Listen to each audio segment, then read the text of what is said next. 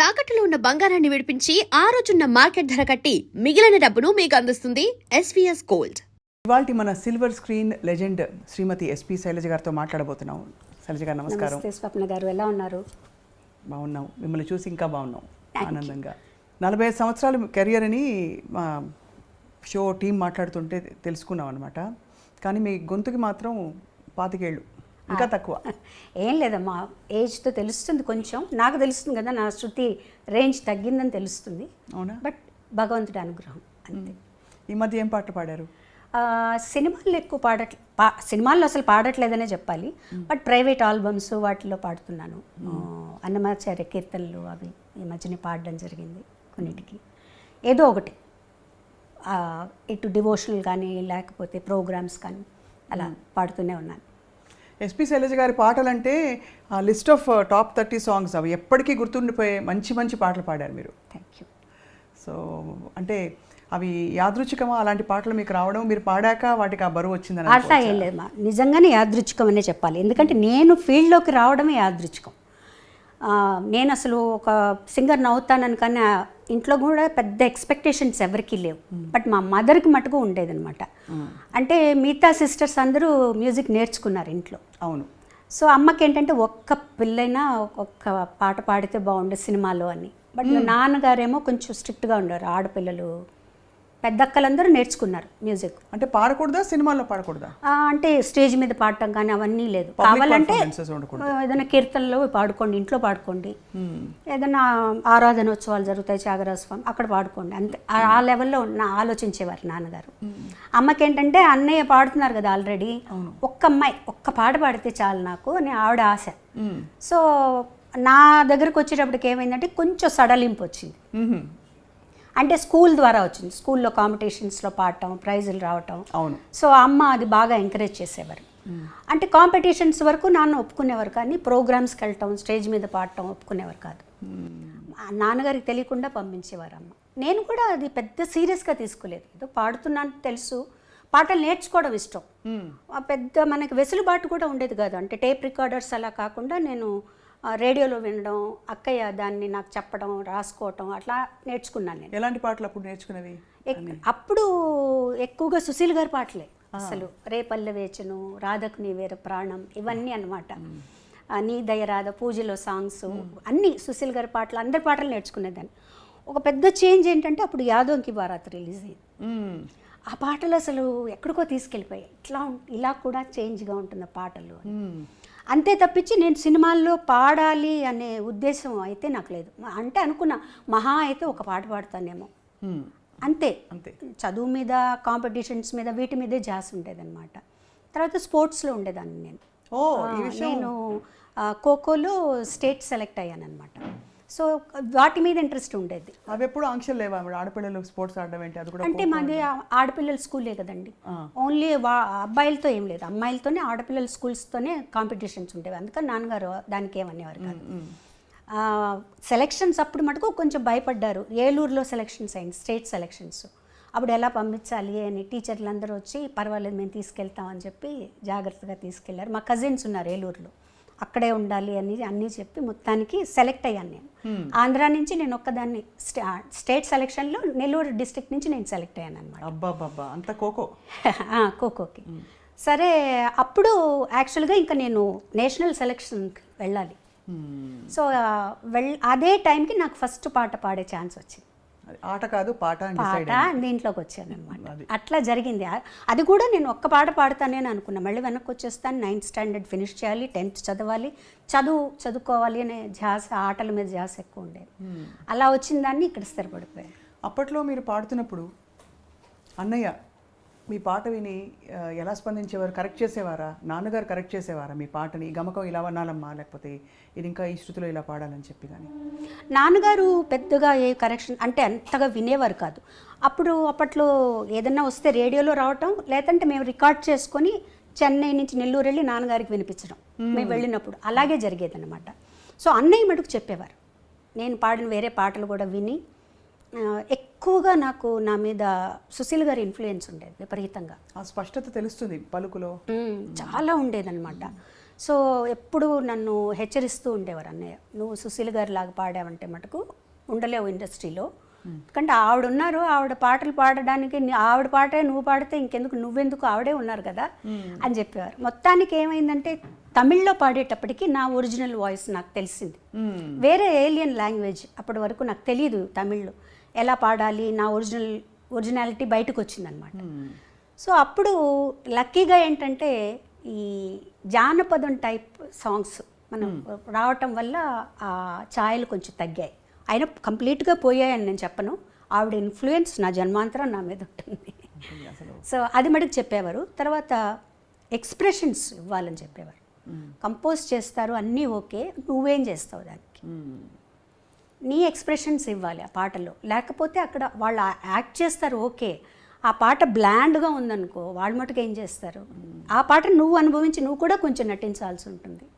ఈ రకంగా చెప్పి, లేకపోతే మొట్టమొదటి పాటలు వింటే చాలా స్ట్రెయిట్గా బ్లాండ్గా ఉంటాయి పాటలన్నీ. కానీ అప్పట్లో అంత ఇన్సిస్టెన్స్ కూడా తక్కువ ఉండేది కదా. అంటే మనకి ఉదాహరణకి లీల గారి పాటలు, తర్వాత సుశీలమ్మ, జానకమ్మ ఆ జనరేషన్లో కొంచెం ఎక్స్ప్రెషన్ ఎక్కువ వచ్చింది. కానీ అంతకుముందు ఇలాంటి ఎక్స్ప్రెషన్ అయితే లేదు, వేరే విధంగా. ఎందుకంటే అది డ్రామాల నుంచి వచ్చారు కదండి, స్టేజ్ నుంచి వచ్చారు. అవును, వాల్యూమ్ ఎక్కువ.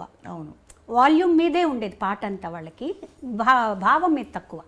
ఒక రకంగా భావం మనకి ఆ భావం రావాలి అంటే ఘంటసాల గారు, జానకి గారి దగ్గర నుంచే వచ్చింది ఆ భావాన్ని తీసుకొచ్చి. సుశీల్ గారి వాయిస్కి భావం అక్కర్లేదు అసలు, ఆవిడ గొంతుకు అలాగే ఏ భావమైనా పలికేస్తుంది అనమాట. సో వాటి నుంచి నెమ్మదిగా దాటుకుంటూ ఎలా దాటుకోవాలి, మైక్ సెన్స్, మైక్ వాయిస్ని ఎంతలా ఉపయోగించుకోవాలి, మైక్ ముందు ఎలా పాడాలి, స్టేజ్లో మైక్ ముందు ఎలా పాడాలి, ఇవన్నీ వీళ్ళందరినీ చూసి నేర్చుకున్నాను. మీరు పాడే టైంకి కూడా ట్రాక్ సిస్టమ్ ఉండిందా, లేక కొంత నేను వచ్చిన కొత్తలో ట్రాక్స్ లేదండి, ట్రాక్ లేదు, లైవ్లో ఉండేవన్నీ.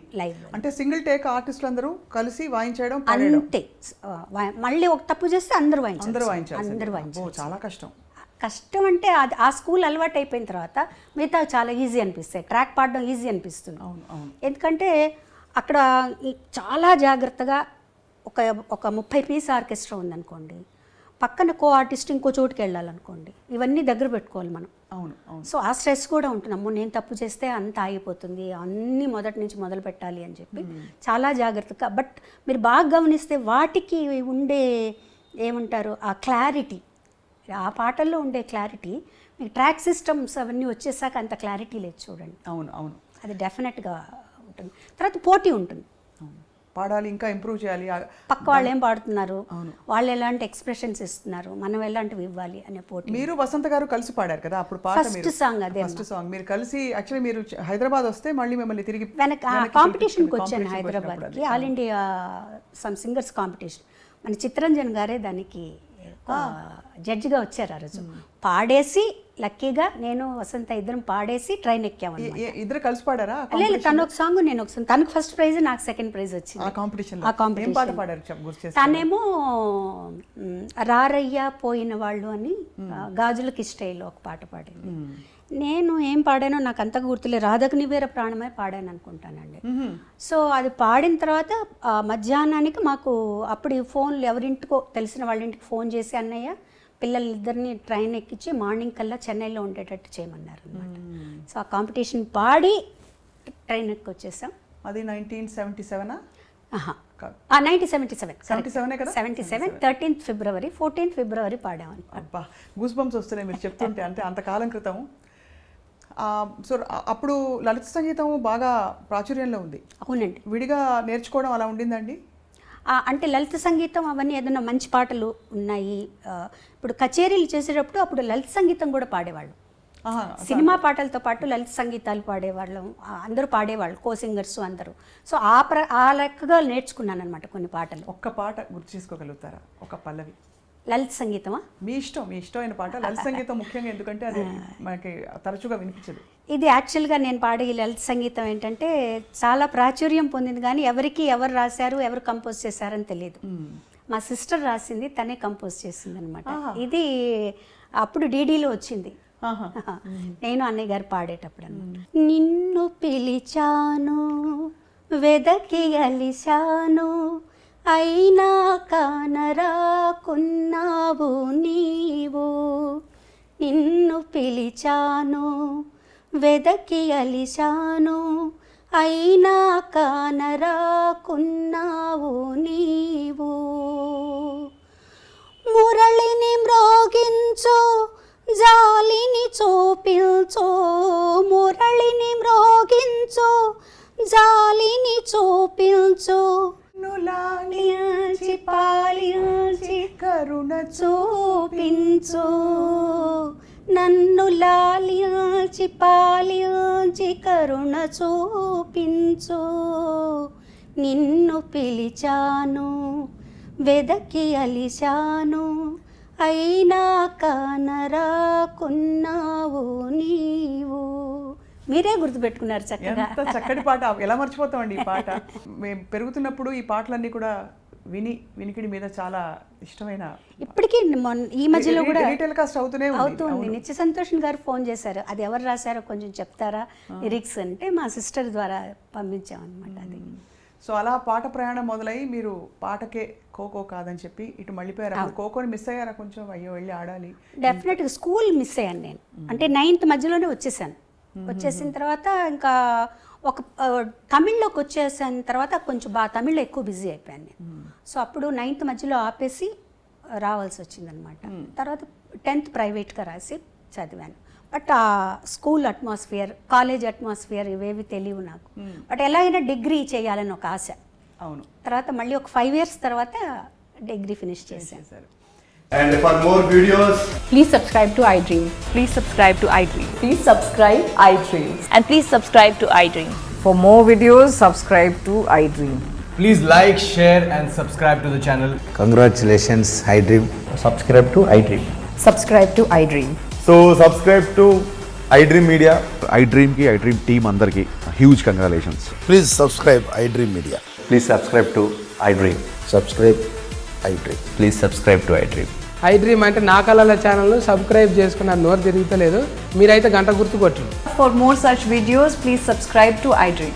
Subscribe to iDream. Please subscribe to iDream. Please subscribe iDream Media. Please do subscribe to iDream. Please subscribe to iDream Media. For best entertainment and information, please subscribe iDream. And don't forget to subscribe to iDream.